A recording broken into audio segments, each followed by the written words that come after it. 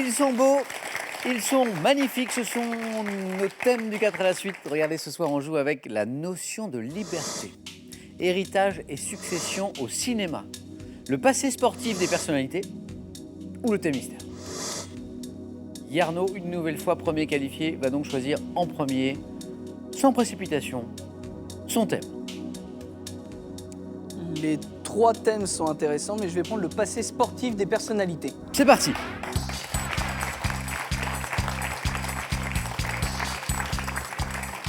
On écoute bien chaque mot de la question. Le conseil vaut pour Arnaud et Dorian, bien sûr, aussi tout à l'heure. On y va? Oui. Top, avant de devenir un spécialiste des films d'action, quel acteur belge a obtenu dès l'âge de 18 ans une Jean-Claude Van Damme. ceinture noire? Quel imitateur associé à l'émission radiophonique La Revue de Presque est un cavalier dont le niveau correspond à celui des Canteloup. moniqueurs? Quel acteur belge, s'illustrant par ses chroniques humoristiques réunies dans l'ouvrage Voyage en absurdie, est un ancien pilote Stéphane de Groot. automobile? À quelle ancienne athlète championne de France junior du 800 mètres doit-on les tubes? Et c'est parti, et Nadia. parle-moi. Et papa. Allez.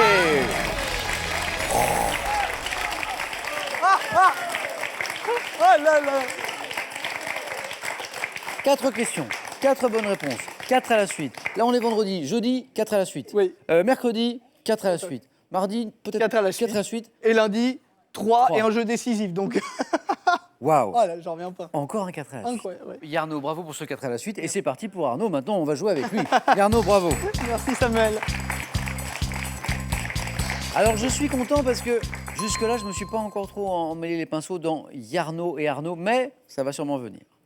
Arnaud, le cadeau d'anniversaire à votre papa se poursuit avec ce 4 à la suite. Il ne sera pas étonné par mon choix. Alors, je le rappelle juste pour tous les téléspectateurs, la notion de liberté, héritage et succession au cinéma, thème mystère. Héritage et succession au cinéma. Arnaud.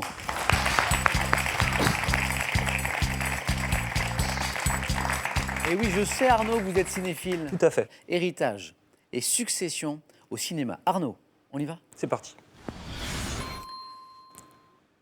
Top. En 95, dans quel film de Didier Bourdon et Bernard Campan, 3 hommes apprennent-ils qu'ils héritent de plusieurs millions de francs? Les 3 frères. En 1986, dans quel film de Claude Berry, réalisé d'après une œuvre de Marcel Pagnol, le père de Manon hérite-t-il d'une maison en Provence? Jean de Florette. En 2006, dans quelle comédie avec José Garcia, Isabelle Carré incarne-t-elle une jeune femme qui veut changer de vie à la suite d'un héritage? Je passe. En 2013, dans quelle comédie un couple de Portugais vivant depuis une trentaine d'années à Paris hérite d'une maison au Portugal? Je passe. En 41, quel film d'Orson Welles évoque la fille? Citizen Kane. En 63, dans quelle comédie Lino Ventura incarne-t-il un ancien truand contraint de s'occuper de l'héritage d'un caïd décédé? Lino Ventura. Les Tontons Flagueurs. En 90, dans quel film de Louis Malle avec Michel Piccoli et Milou en mai. Une famille? En 73, dans quel film de Philippe Labro, Jean-Paul Belmondo incarne-t-il Bart Cordel qui hérite d'un empire industriel et journalistique? Labro, Jean-Paul Belmondo, pas de regret, c'était Le guignolo. l'héritier. L'héritier. Et 3 superbes points. C'est beau pour Arnaud. Avec 5 bonnes réponses, 5 bonnes réponses. Les 3 frères, Jean de Florette, Citizen Kane et Tonton Flingueur, Milou en mai. L'héritier, j'en ai parlé. Cette comédie où un couple de Portugais hérite d'une maison au Portugal, je l'entends. La Cage Dorée. Arnaud, c'est La Cage Dorée. Et cette comédie avec José Garcia, 4 étoiles. oui, 4 4 étoiles, étoiles, je l'avais. avec Isabelle Carré qui incarne une jeune femme qui veut changer de vie à la suite d'un héritage. 4 étoiles. T'es fan de tout, toi. Et j'entends Dorian qui dit à Yarno, tu es fan de tout. C'est vrai, Non, parce tu es un que petit peu fan je de tout. disais que 4 étoiles, je suis fan de José Garcia. De José donc, Garcia. Bravo Arnaud pour ces 3 points. Merci. 3 points, c'est superbe. Encore une belle partie ce soir qui se poursuit avec Dorian. Dorian, il nous reste la notion de liberté ou bien sûr notre thème mystère. Alors, Kiki m'a soufflé le thème mystère. Oui, eh ben bravo Kiki. Dorian, venez.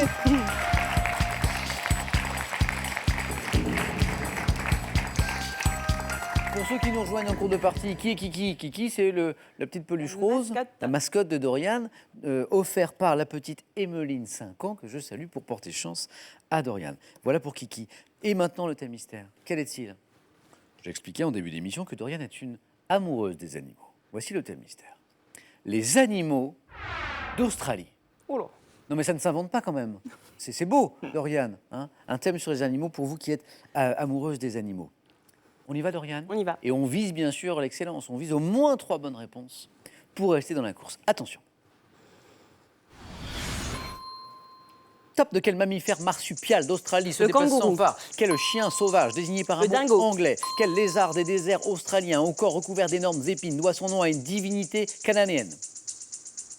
Le varan. Quel oiseau du genre d'Acélo, voisin des martins pêcheurs, est représenté par le kookaburra d'Australie? Je passe. Oiseau. Quel mammifère arboricole a l'apparence d'un ourson? Le koala. Vivant. Quel grand oiseau ratite aux ailes rudimentaires Émeu. pouvant atteindre? Quel mammifère marsupial carnivore Australie au pelage noir rayé de blanc ressemble beaucoup au glouton de Scandinavie?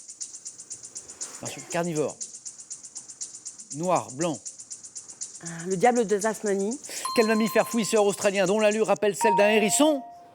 Oh, le diable de Tasmanie, là, c'est beau sur le fil. 3 points, Dorian. Vous avez vu la stratégie? La très bonne stratégie de Dorian, c'était la question du 3e point. Et Dorian a pris son temps. Je pensais que vous ne l'aviez pas. Et vous l'avez retrouvé, le diable de Tasmanie. Bravo pour la très bonne stratégie. Cet oiseau du genre d'Acélo, voisin des martins pêcheurs, c'est le martin chasseur. Et ce lézard des déserts australiens, au corps recouvert d'énormes épines, et des épines dans tous les sens, qui doit son nom à une divinité cananéenne. Non, il y a le Moloch. Ah.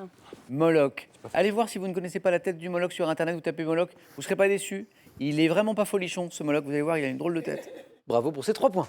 Merci. Et l'histoire se poursuit.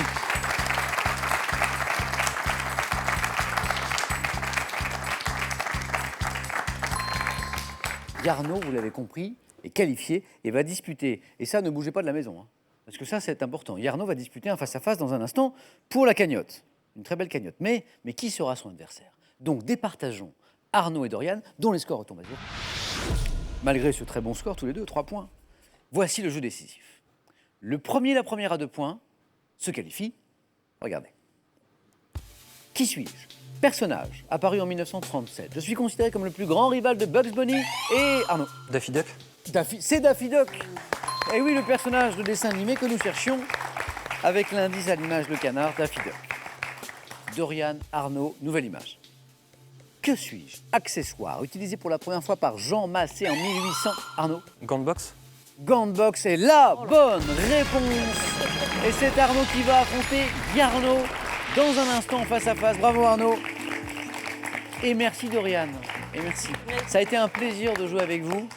Et vous avez bien raison, je fais référence là à notre premier échange au début de l'émission sur les animaux. Vous avez bien raison, il y a progrès à faire en matière de protection des animaux. Je ne sais plus qui disait que on pouvait, mesurer la qualité d'une civilisation à la façon dont on traitait les animaux.